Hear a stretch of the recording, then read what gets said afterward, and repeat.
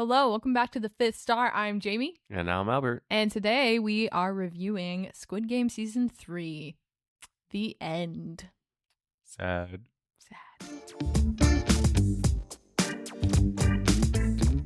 All right, so hopefully you've seen Season 2 of Squid Game, which ended on a big cliffhanger with Gi-Hun getting betrayed by the front man and having his best buddy murdered right in front of his eyes. And, first we'll give our spoiler-free thoughts on Season 3, but what will happen to Gi-Hun? Will he be able to take down the evil VIPs of the Squid Game? We shall see.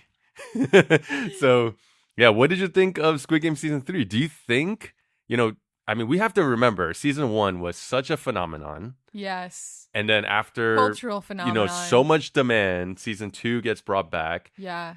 There was a lot of mixed reviews and thoughts on Season 2 being, essentially half a season. Yeah. And kind of being like a big cliffhanger that people didn't really like. But Season 3 is already here. It's pretty quick. It was a weird choice, to split it up like that. But I get it. They wanted to really stretch out more of the story. Yeah. And there was a lot more going on in this season for sure. Or the last two seasons. Yeah. So do you think Season 3 was like a fitting ending to this whole franchise? I don't want to say too much because I feel like I will immediately spoil if I give my thoughts, especially on the ending. But I will say I looked at the IMDb scores. And it was really interesting because each episode has its own individual score, as well as a season score. Mm-hmm. And the highest rated episode is in Season 1. But then the second highest is in Season 3. Really? Interesting. Yes. But Season 3 also has the lowest overall season score? No. Oh. The episode with the lowest score is also in Season 3. Okay. Well, in spoilers, I'll be curious to know which episode was what.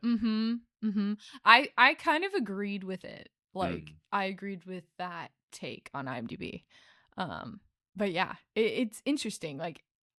So I guess what I'm mixed. trying to say is that Season 3 was a mixed bag for me. Some high highs and some low lows. It had some really good moments, and it had some rough moments. Yeah, for sure. I was one of the people who didn't mind Season 2 ending at a halfway point and it being a cliffhanger. Right. Especially because we didn't have to wait so long for Season 3. But it also made sense now that I've seen Season 3. Because Season 2 and Season 3 have very different tones to it overall. Season 2 for me was more of what we've come to know and love from Season 1. It's a lot of the fun, the games, the suspense, the horror, all that kind of stuff. Well, it's a lot about defeating the games themselves. Getting rid of... Gi-Hun has a mission. Yes. In Season 2. And in Season 3, because of the way Season 2 ends... there's a radical shift in his character, in his arc, and overall, maybe because of Gi-Hun and where he's at, the overall Season 3 has a much more solemn tone, more drama, and I thought it was good. I appreciated that part of it in a sense. I think there's a lot to talk about in terms of the ending, the themes, so we can talk about that later in spoilers, but I think the thing that I love about Squid Game the most is the fun and the suspense and the action and the games part of it all. And I thought in Season 3 that was very subdued. I thought the games weren't as exciting. They were much more drama driven than suspense driven. Really? Hide and seek?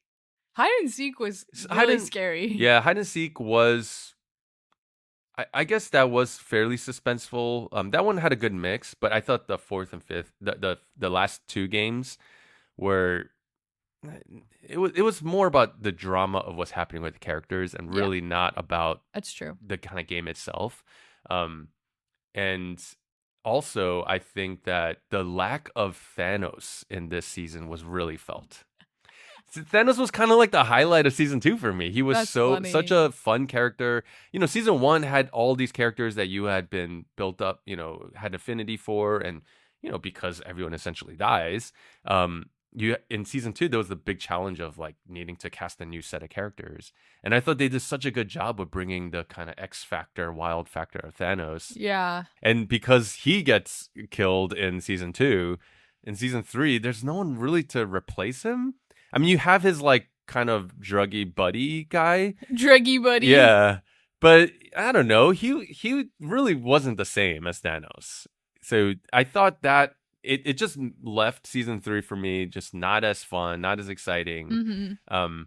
Still stuff to think about and talk about. It's, I think, still worth watching because it's a conclusion of everything. Right. And I think a fitting conclusion. I think for me, it was sad that we barely got to see Gi-Hun. Like, Gi-Hun was really put into the background for most of this season. And that made me kind of sad because, you know, season 1 is so about him and his character slowly, like, changing. And then season 2, like, it's a new side of him, which I still like season 1 him better than season 2 him. But then season 3, I was like, he really just took a backseat. Yeah. Felt like a side character in this season, which was kind of a bummer. Yeah. And it made sense in terms of the narrative, but it's not as interesting because he's kind of like, he's the most interesting character to me. Or I think he's the character that we're rooting for the most. And yeah, so we kind of want him to be out and center. But I do think the way he ends up and where they kind of how they wrap up his arc, I thought was good. I thought it was well done. What did you think? Interesting. Oh, you didn't like it? I can't say too much yet. Well, we'll talk about it in the spoilers. I don't want to say too much yet. I will say his commitment to the role. I was listening to their, you know, and if you watch it on Netflix, they have like a 30-minute or whatever discussion with the director. So I watched that too, and finding out that the actor Lee Jung-jae spent basically like a whole year dieting because his character in the show is essentially like they're eating almost scraps and and so he was dieting for like nearly a year so that he can really get his like cheekbones to show and all that kind of stuff, to the point that whenever they had like their crew lunches and stuff, he just wouldn't join them. And so he said that was like his biggest regret, was like missing out on all the kind of camaraderie and all that. Wow. But yeah, so it's just impressive, like his commitment to the role. Dang. And I thought he still gave a good performance. Yeah. He's still a very good actor. I just like his character in season 1 is so good. So complex. Yeah. And he really starts to feel a little bit more one note. I in could see seasons that. 2 and 3. Yeah. It's very, which it does make sense because, you know, he's incredibly traumatized, has no hope almost. So it makes sense why he's just one note, but I just really miss him from season 1. So yeah.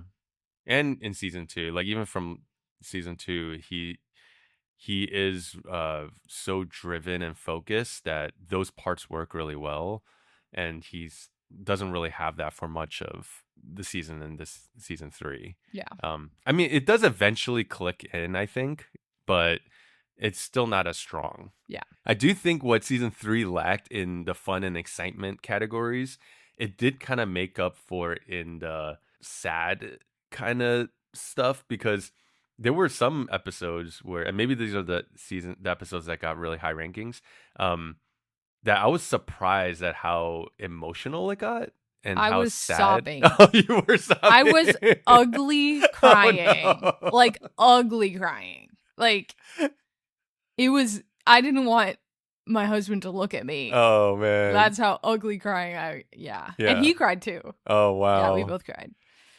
It was brutal. If I could cry, I would have, I suppose. I did wonder. I was like, I wonder if this will do it for Albert. This is sad enough that maybe it would get Albert. It did make me feel like perhaps I should be crying. Intellectually, it did register as a sad moment. But my wife did cry, so I knew that it was impactful in that way too. But it You sound like a robot. I am a robot, Jamie. I was analyzing my wife. As I saw the substance coming down from her eye, I could perceive. I registered. Yeah. It was sad though. It was. And I thought that was really, really well done. I mean, this season, they don't hold back in terms of you've built up through season two like an affinity for certain characters. Yeah. And they are, I mean, people have to go, right? Yeah. Because only one person, kind of usually survives. When they do get rid of certain characters, they do it really well, I think. They make you really feel it, and it makes the characters matter more, I think, in the way that they go out, which they did so well in season 1 too. So I'll just say the highest rated episode is in season 1, right? It is the marble episode. Oh, which interesting. Makes so much sense because that episode has some of the best conversations, both like philosophically, but then also, the characters making these sacrificial choices and oh my gosh, each the Pakistani character, because he gets killed in that episode, right? Yes, and that was gut-wrenching. There were so many moments in that episode that just like kind of make it almost a perfect episode, so I completely understand why it's like the highest rated. And I think that there is an episode in this season that is kind of similar to that one. Yeah. And it kind of brought back those same feelings, I guess, is what I'm trying to say. Yeah. Oh, it's hard to say without saying. All right. Well, I guess we have to get into spoilers then. Yes. Okay, so cool. If you haven't seen it, we would still would you still recommend people watch it? I think if you're a fan of the show, you should finish it. Yeah. Like 100%. You gotta finish it. Do you think it's a letdown in terms of how great season 1 was and whatever you thought? Well, are we spoiling now? Can I spoil it? Can I spoil? Can I say stuff? Well, I'll just say I do think he won't let me do it. I do think it brings a fitting conclusion, even if it's not even if it doesn't reach the heights of where season 1 ends. So I think it's still worth watching.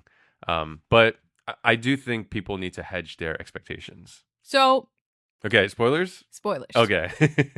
So the lowest rated episode on IMDb is the last episode. Oh, really? Yeah, it got a 6. Do you think it's just because people were just upset that it didn't end on some big kind of hurrah moment? But like, or is it because he loses? This is why I'm mad because, and maybe I'll change my mind as time goes on because I have been thinking about that where I'm like, okay, maybe it'll be like Rogue One, where when I first watched Rogue One, I was so mad, and then it was so good on the first watch. No, second watch I liked it. What made you mad? I didn't know they were all gonna die. Spoilers, Rogue One, but they all die, and that made me super mad because I didn't know that. So end of this show, I think what made me upset is that they were setting up for 2 seasons. They were setting up Jun-ho coming in to like just tear down the establishment. He's the cop guy? Yeah, the cop guy. They had been showing scenes and like he finally finds the island and you're like, okay, it's gonna happen. Like, this is what I wanted. Like, the whole show is telling me that this game is so terrible and we have to destroy it. And yes, they do blow up the island, but like the Squid Game still lives on, and it felt like such a loss. And the blowing up the island wasn't the good guys who did it; it's the bad guys, so they could get away. So even then, remove all the evidence. I was just hoping, because like I said, the setup and the payoff. I don't know. I felt like the whole season that they were setting that up kind of ended up feeling like a waste of time.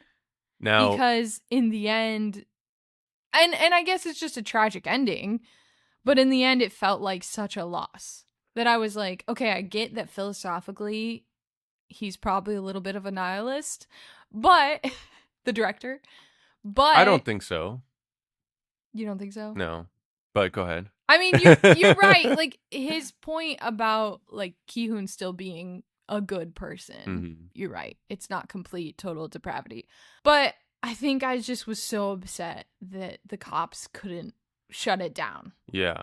And sure, they could still have the whole, like, oh, there's one going on in another part of the world. They still could have done that. That would have been fine. But I just wanted, like, one victory. Okay. For the good guys. So I think we need to unpack that more, because that is so tied in with the theme of the whole series and overall, and what is being communicated by that choice.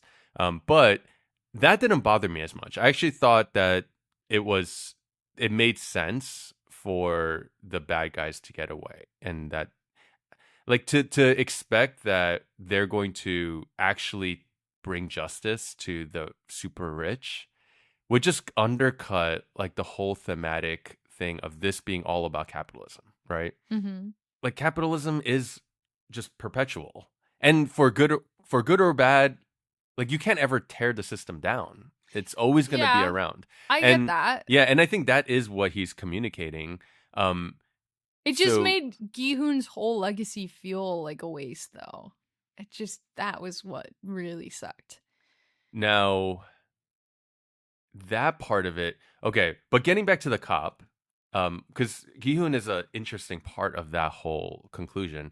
But for the cop, the thing that bothered me was not that he didn't catch the bad guys. It was clear that he was being driven by trying to get to see his brother again and get, like, some kind of confrontation, get some answers from him. And that was very much what was driving him. They kind of even revealed that, again, remind us of that in season 3. What bothered me was that when he finally does get that moment, all that happens is that from a really far distance, that kind of, calling out to his brother and be like, why? And then the brother just, like, looks and then looks away and then leaves. Like, that was the big letdown for me. That was a huge letdown, yeah. Yeah. Like, let's have some words. Let's have a fight. Let's have some kind of final conflict, even if there's not a resolution that comes from it. At least for him to be able to get some kind of response. Yeah. And I wanted more of his backstory, because we got a little glimpse of it. And I was so excited about that when they show him, like, stabbing all his opponents. From the front man? Yeah. Yeah. Like, I was like, okay, cool. Like, this is giving us a picture of, like, how he became the front man, and that's really cool. But I wanted, like, more of those scenes. I wanted him to have, like, a scene of him deciding to become the front man, and, like, what changed in him. Yeah. What was it that made him realize that everyone was trash? I wanted a little bit more of that, because that was so interesting. And then it would have answered our why question at the end. Yeah. Because him just being like, why? And then leaving, like, I also felt and like it was the thing is that down. Clearly the front man cares for his brother still. Yeah. And, we know that because he shoots him non-fatally. And then saves him. Yeah, and then hires the Captain Park. The Captain Park to save him, right? And that was communicated that, like, Captain Park was told and ordered to save this guy, right? So he, I guess, knows that his brother's looking out for him, but I guess he wants to know, like, why have you abandoned your life? Why are you running this evil kind of scheme? And I think that does kind of tie into Gi-Hun and the main storyline there. It's really important that Gi-Hun, in the end, like, what he says, he goes, like, we're not just horses, which is kind of a callback to a statement earlier that the frontman said, oh, you guys are just like horses. Well, and then the opening shot of the whole show is the betting on the horse race. Oh, yeah, that's right. Yeah, I forgot about that. That was in season 1, right? Yeah, which is perfect. Like, the way the rich kind of toy with the lives of those beneath them and kind of profit off of them, like the way we use horses for sports betting. Yeah, so that's really well done. And then so for him to say, to the front man, we're not horses, we are humans, and humans are, and then he sacrifices himself, right, for the sake of the baby being able to like survive and win, and have a future, I suppose. Like in the post conversation, the director kind of explains that he initially was going to have that phrase be like this whole like written out thing. We are a lot humans, and we are still people who have good in us, who are willing to sacrifice, and this is how we ought to live. We ought to take care of each other and and all this stuff, right? And he said that like he really struggled to try to make like one kind of poignant moment that was short and concise and really captured all of that in one phrase. And he said he just like he couldn't do it because there's too much that needed to be said, and it was too wordy. So then he decided, like, I'm just gonna let him, show don't tell, and he models it. And so I think that kind of comes through, like it comes through, and really like what this whole season 3 is about, and maybe the whole show, it's about the frontman versus Gi-Hun, and like the whole scene where the frontman is giving Gi-Hun the opportunity to like end the games by, here's this dagger, you could kill everyone in their sleep, and you basically just default win. And then it intercuts with showing like that's the same thing that the frontman was given, and then the frontman actually decided to do it, and that's how he won. And Gi-Hun's about to do it, but then he has a flashback, or he hallucinates and sees like a character from season 1, I think it was. Saebok. Yeah, Saebok. Yeah, and that she says, "Oh, you're not that kind of guy, so don't do it." And that gets him to stop. Like that duality is, I think, what's being explored. Like, is humanity completely depraved? Yeah. Or is there still something in humanity that's good? And what are we supposed to do in light of the evil forces at play in our world and in society? Yeah. And so Gi-Hun, as much as I wanted him to take down the establishment, which is what season 2 was all set up to do, it really moves away from that, and it becomes like him just having to deal with the reality that he's a pawn still, and he's never going to be able to take down the whole system. So how is he going to respond within all that evil, within all of that stuff going on? Yeah. And he chooses to still do good when he has an opportunity to just give into the game and make a whole lot of money and get rich, right? In every other character is like, I will sacrifice my humanity for the sake of winning in the capitalistic game and getting rich. And he chooses not to.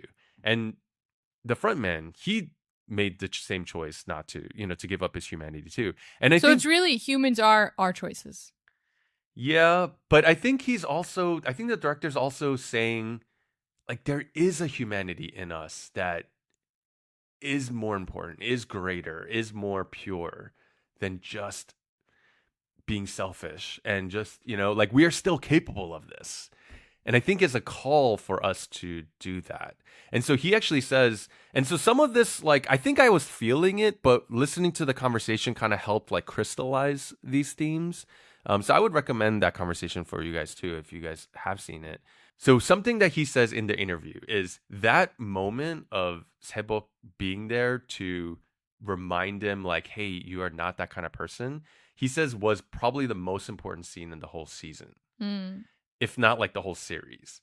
And I was like, oh, really? Okay, that kind of makes sense now that he's saying it, because if she wasn't there in his mind to say that, or if she had never said that to him once before when he could have like gone down that road, it was like through that influence that it taps into that humanity, reminds him of that, and it pulls him back, from the ledge.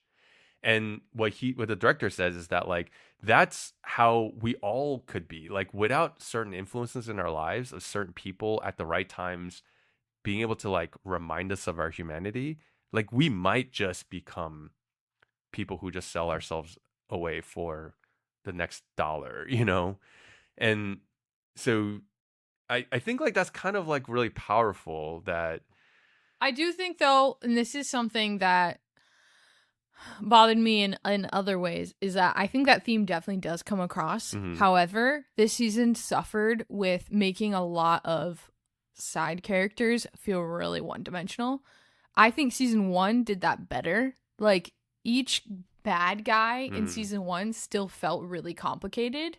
Like, you could see how the choices that they made led them to this spot. Like, even the big thug guy or, like, the crazy woman. Yeah. But in this season, they felt just like villains without dimension. And it was really frustrating because the last 2-ish episodes, I just hated all of them. Yeah. And I didn't have empathy.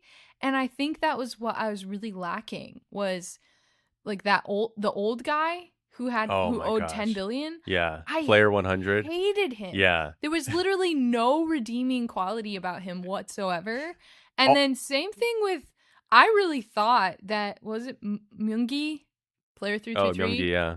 I really thought that he was going to have some kind of redemption. A little bit of a redemption. And then he just completely chooses himself, which makes sense. But I still like wanted there to be a little piece of humanity in him. And then, yeah, all the other characters, like, it just, I did feel sorry for the lunchbox guy. But all the other ones, I was just like, these are caricatures of villains. Felt the exact same way about the stupid VIPs. Yeah. What a waste of screen time, for one. Like, completely, they stated the obvious. Every time it cut to them, they just would state the obvious. And I was like, okay, you're making me feel like I'm a dumb audience member. And then 2, terrible acting. Yeah. All of them. And then 3, all just characters of villains. They were like Disney villains sitting up in their thrones. Yeah. Without any, like... But in season 1, it was the same. It was terrible in season 1. But at least they interacted with the cop. And that, like, kind of impacted the plot a little bit. But they were still terrible actors. And I think it's because they're meant to, just be symbolic of the evil forces, the powers that be, right? But it's not needed. Like, if you edited them out of the season, nothing would change. It would just be a little less annoying. It would be, yeah, I agree with that. So here, I think the crux of this is what works better just for the story and for the experience of watching itself. Yeah. And what works better for the kind of symbolism and the themes that the director is trying to do. Yeah. And perhaps the flaw with season 3 is that he's trying to land the plane. He's trying to make his final statements on why all of this was created, why he made the show. And so he kind of makes the characters fit into serving the purpose of driving the themes home and bringing the themes to bear. And not really... But when you kind of strip all that away and just look at the story itself, like, I 100% agree with you. Like, the villains were super annoying and hateable. Like the 100 player, the old guy, I was like, you just cannot wait for him to... He's like, he just needs to get got, like, as soon as possible, right? Every time I was like, he's pretty much scum. It's just like, kill him now. But I do think that is, that's intentional. And that means that it's doing its job because you really, really hate the guy. Like, most classic villains have no redeeming factor. That's a more modern thing, I think. Yeah, in the last few decades. But I think like that's what made the bad guy from season 1 so good. Yeah. And even the front man, like, he's still true. Horrible guy. Yeah, but he has dimension to him. Dimension, yeah. But you could argue that the front man is the main character of, at least of this season. I think it's really... Yeah, you're right. I think it really is about him wrestling with, I've made this choice in the past. I've sold my soul to the devil, for making a lot of money. And because of that, like, you could say, why doesn't he just go back, enter the world with all this money, being a rich billionaire? But I think he's so far gone from his humanity that he's just kind of like, this is who I am now. I can't be among normal people now, right? Yeah. So he's just living in the blood, in the darkness, right? Right. But in all of that, he has these moments of, do I still feel something? Like, do I still, and so him saving his brother is an example of that.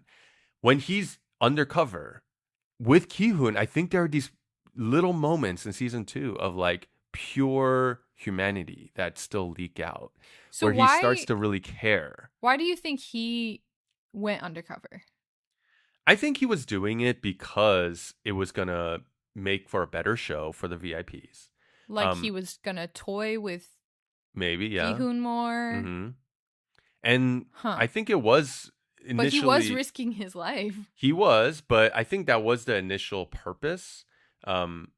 But I think in doing it, he grows an affinity for Gi-Hun, like actually as a person, as a friend in a way. And I think that's why in the end, so he gives him the knife. Yeah, but well, that might be like part of the tradition of like what you offer. Yeah, but he was offered his favorite. That's true. Yeah, but in the end, like when Gi-Hun is, in the end when Gi-Hun is dead on the ground, and like the front man walks up to him and looks at him, like that look is there's some sadness there, right? Like almost like he lost like a friend, even though it was all part of his own doing. And I think that's why, as Gi-Hun sacrifices himself, you see something in the front man that's like, dang, like he won. Mm-hmm. Like I wanted to break him to prove to myself that there is no other way out of this situation except to give in. Like you will still choose, everyone will always still choose survival, self-preservation, you know. That's what we've seen over and over, right? That's why these final characters are the most despicable, because they've survived this long by being willing to do anything to make the next dollar, right? Except Gi-Hun. Except Gi-Hun. And that's why the front man is so bent on, like, here's an easy way. Just kill these people in their sleep. Well, yeah, and he's trying to prove, like, you're just like that. Exactly. Right. Exactly. And so when he chooses not to, it really makes him question, man, you mean to say that like I could have still held on, that could have been a path? Like I actually had a choice to not give in, and I could have held on to my humanity, but he didn't. And so now he has even more shame and regret, right, about his past. And I think that's why like there is some redemption at the end where he's like, I'm going to go out of my way to look up his daughter and take all the money that he earned and pass it down, right, to make a better life for her, you know, so because he can't be with his daughter anymore. And Gi-Hun kind of has a nice, you know, and that's why I say I think it's a satisfying and appropriate arc for Gi-Hun, because he started off so like scummy and selfish and irresponsible, you know, terrible father. But in the end, even though he's still not going to be with his daughter, like he really grows and he embraces his responsibility of trying to protect this life, right? At all costs. And so he kind of like gets there. And it really challenges the front man, where now he's like, dang, you know, like, what does that make me? Yeah, I guess the only thing is like his final choice to me didn't reveal anything new about his character. Like I knew he was going to do that. I agree. It was very predictable. Yeah. Like I think like everyone knew like, oh, of course Gi-Hun's going to do this. He's like such a good guy. Like of course he's going to do this. And so I think, well, we wouldn't have known that in season 1. No. Yeah. No. But by this point, it was very clear. Mm-hmm. And so I think you're right about the front man being the main character, because the front man didn't believe that he'd do it. Yeah. So really, the front man is the character that arcs and changes. Yeah. Which I wish there was just a little bit more of him. Like I wanted more conversations about how he got to that spot and like why he was toying with Gi-Hun so much. Mm-hmm. And I don't know. I guess it was the show don't tell, but I wanted a little bit more tell, or just show of the past. I mean, like flashbacks. I agree. More would have been great.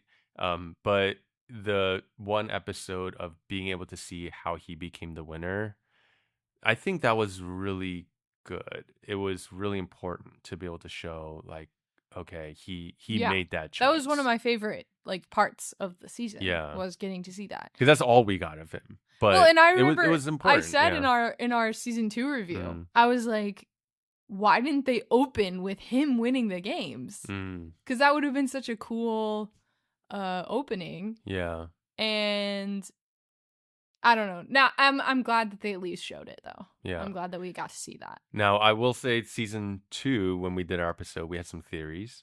And they were all wrong. Well, you were right about the Marine guy being a liar, about him lying about being a Marine. Well, I had 2 theories about him. One was that he could, I mean, that one was a stretch, but like he could be a plant. Yeah, you thought he was also a plant. Yeah. But you did get it right that he was a liar, lying. Yeah. I was saying that, no, I think when he grabbed the magazines, he was just genuinely PTSD. Yeah, in fear, and it wasn't like he's part of the game. Mm-hmm. So I was right about that, but I did think he was really a Marine at some point. Yeah, so maybe that was a little bit of a downer. That character, it builds up some tension, and then essentially like they just get rid of him. And the choice for that was a hard one because I was like, is Gi-Hun gonna go down a dark path during that episode? Yeah, because he was so vengeful. Yeah. And that was really well done, for sure. They have so many characters get offed, right? The trans character, man, when that character goes, like, it's really, like, you really feel it. That's when I started crying. Oh, already at that point? Started crying there. Yeah. Then kept crying. When I started crying ugly tears was the grandma and the son stuff, killing right? the son. That whole storyline was so well done. Oh my gosh. Man, the grandma character and then her son and them just mutually wanting to sacrifice for each other, and then ultimately like the choice of her like choosing to even kill her own son to save this baby was like so, oh man, that's so crazy. That was interesting because I was like, okay, she clearly wants to save the baby because you can't kill babies. But what was it in her? Was it just like a maternal instinct that was like, I have to save this baby, or I have to say, really, it was the mom. It was the mom because the son was going to kill the mom. To be like, I need to kill somebody, otherwise I'm going to get killed. I wonder if it was like, I have to stop my son from doing such an evil thing. Maybe. I think that might have been it, yeah. She had to stop her son from making such an evil choice. Yeah, because, the characters that you root for, like the trans character, like the grandma, like Gi-Hun, are the characters who haven't compromised yet their humanity, right? Like they haven't sold out yet. And I think that's why when the son actually is willing to make that choice, the mom is like, no, I'm not going to let you do that. Yeah. That's gotta, I mean, that's, I in think a way, maternal... it's a sacrificial choice. Like, yeah. Oh. But then when she like kills herself, like hangs herself. That made me mad. Like I didn't see that happening, and that really got me too. That made me mad because I was like, she was protecting the mom and she had taken on that role, and then her offing herself, like it felt suddenly like a selfish choice. And she had been so selfless up until that point. No, but she just killed her own son. I know, but it's like she had chosen to become like a grandma to this baby. Yeah. And then like to give it all to Gi-Hun and be like, okay, this is your responsibility now, felt like a step away from her character. She's my favorite character in the whole thing. I agree. I love her. Yeah. And so for her to make that be her final choice just felt like a step back. No. For her character. It felt so honest. Like in the moment, you can understand she does this heroic thing, right? And she kind of can justify it in the moment. But then after thinking about it, there's no way she gets through the night being able to live with that. Right? I don't know. Like, you just imagine her up all night being like, what did I do? And not being able to talk herself down from just the grief. Yeah. I mean, a mom but killing her own son. But then you also... And her questioning, like, did I really do the right thing? Yeah. Like, should I have let my son do that so that he could have lived? Like, he could be alive right now. and I'm the one that, I mean, it's just so, like, I thought, if anything, some of the choices in this show were so complex. It was like the worst trolley problem ever. Yeah. But there is a problem, I think, with a lot of shows and movies where characters do things that are very powerful, or they suffer some kind of big trauma, and you just kind of like move on. Like, for example, like in Mission Impossible, like we recently reviewed, right. You have like these characters that we've lived with for multiple movies and years, and you know, there's all this established history, and then something happens, they make a choice, and then they just like one scene, they move on. Yeah. I was like really feeling that this grandma was almost at danger of that happening, where it's like she just killed her son. Like, how was she okay with that? And we don't really see her grieve. I knew she was going to die. I just thought like she would sacrifice herself in the next game to save the mom again. Like, yeah, but that again is making light of the fact that she just killed her own son. Right? Right, but I still thought she was going to commit suicide. I just thought she was going to do it in a more heroic way. Yeah. Like kind of what happened in the next game with the jump rope. Like when the oh my god. That was another one that was I ugly crying again when 222. When 222 jumps, I was like, yeah, there's no way she's making it. Yeah. There's no way there's no way Gi-Hun can like carry her across. No way. So I kind of like was prepared for her to do that, but there was a small part of me that thought 333 was going to take her. Like he was going to sacrifice himself for her. Yeah. And that would have been his redemption arc. This is the baby's father? Way. Yeah. Yeah. Or maybe it's the father. I don't know. He was. I don't know. I kind of wonder if he lied about it. No, he for sure was. Okay. Yeah. I don't think that was ever in question. Okay. Well, yeah, I really thought he was going to maybe sacrifice himself for her. Because he claimed he would the whole time, but he probably was too far gone for that to happen. Well, no. See, I think this is an interesting thing where if the mom had accepted him back, would he have held on to his humanity? But the fact that he gets rejected by her, like, yeah, but she at says, some point, "Are you gonna carry me? Because look at my ankle." Yeah, he's immediately like, no way. But you can tell he's like takes a step back, like, oh shoot, like yeah. I can't carry her across. Like, but that's how not could happen. he? I mean, he was like Gi-Hun was gonna try, like he was gonna come back and do it. Like, I thought maybe he'd try, like maybe he'd finally step up and be like, okay, I'm a dad now. But I mean, dude, even to the last breath, he was despicable. Well, I do think he was, like, in the final game where he does that turn. Oh. Did you believe that? Did you just never believe that he was genuinely trying to save the baby? I did think he was trying to save the baby, but I knew he cared more about his own life. Okay. Because I did think that turn was surprising, and is like, oh, okay, he's going to actually take that ownership, you know? And I kind of believed it.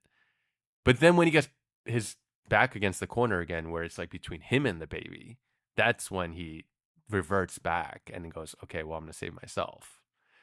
And that's despicable, 100%. But I thought that character was kind of interesting in that, like, he could go either way. It did feel like he could end up like the way Gi-Hun ends up in season 1. Yeah.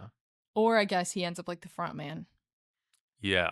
But because of the situations, he doesn't have that person who's kind of believing in him. Yeah.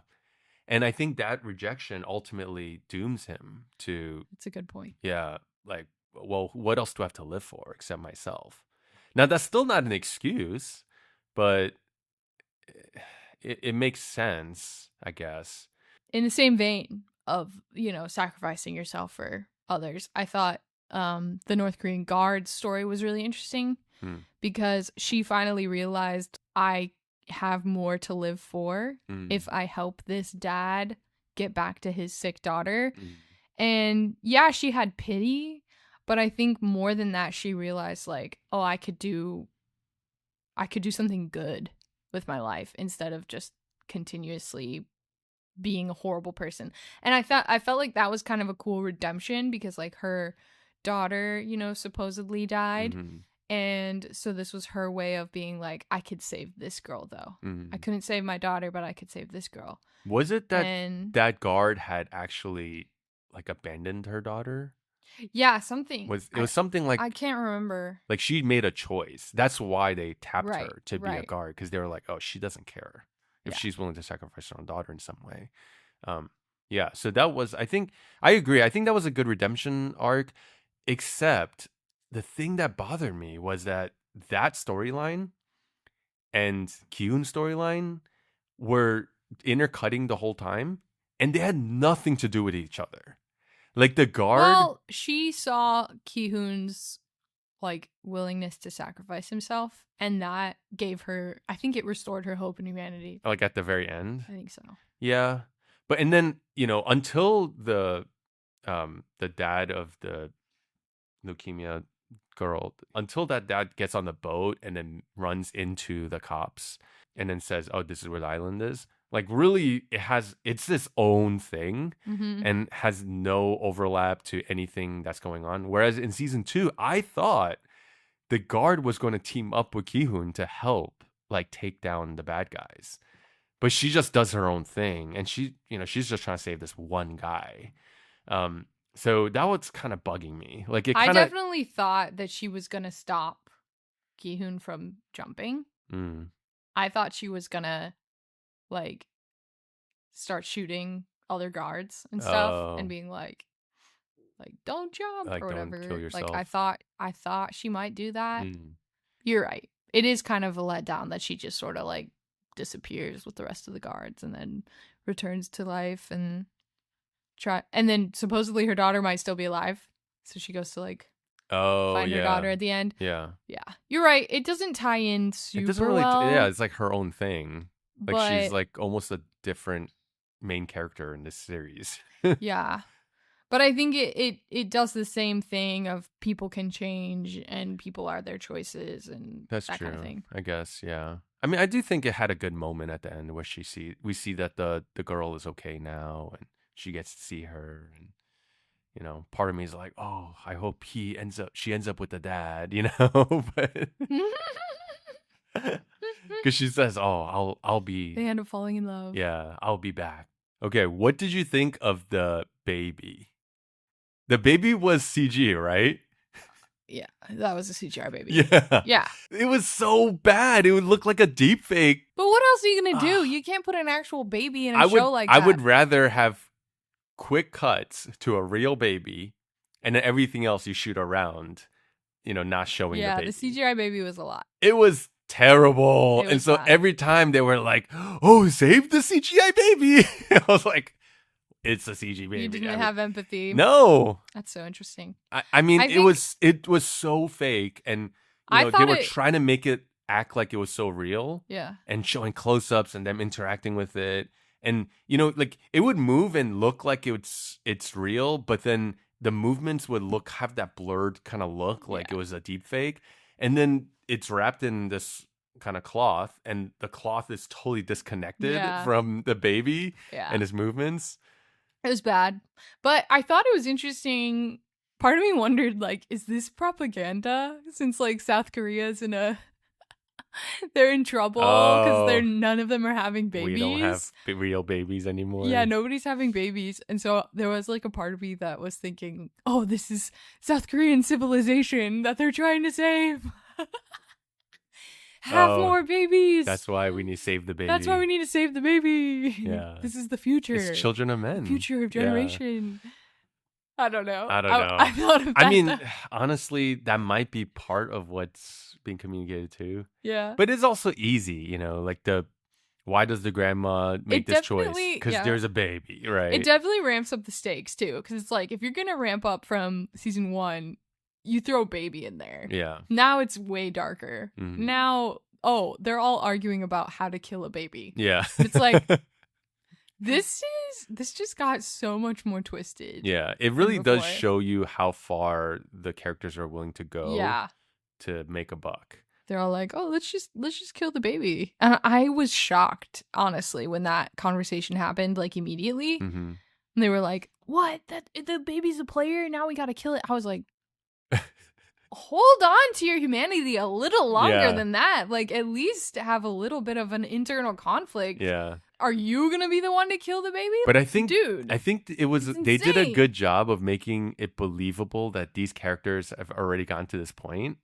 Yeah, but I think it would have been more interesting if they weren't already at that point and had a little bit more of a hesitation. Like, so many of the characters in this season were way, way worse than in season 1. I know I already said that. Okay. The ending. What did you think of the cameo? Kate Blanchett. My word. Did you know about that? No. Apparently it was like this crazy secret that even like the frontman, when he was shooting that scene, they shot them separately. They didn't even want him to know? No. He didn't even know who he was like reacting to seeing. I think that made me sad because I mean, I want the Squid Games to die, but I get that that's not the theme. Yeah. I did see that they were trying to do an American spinoff. Yeah, they're making it. I heard about that before watching the finale. So you knew that. So I was like, oh shoot, like, is Kate Blanchett the front man? But then I looked it up and they were like, no, they just cast her in this show. She's not actually like been contracted to do anything. Okay. I thought she was taking the recruiter role. No. As far as the internet knows, she was just in there for a cameo. Apparently, the director had sent her like the folded squares, so that she can practice like how to do takshi. But then she showed up and like hadn't really been able to do it. So the the director spent some time like kind of teaching her.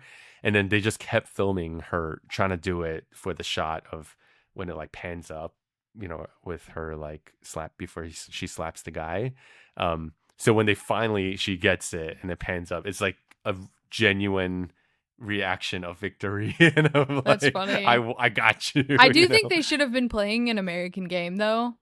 Like if it's an American Squid Game, like they should have been playing an American version of that. Yeah. Like I'm not exactly sure what that would be.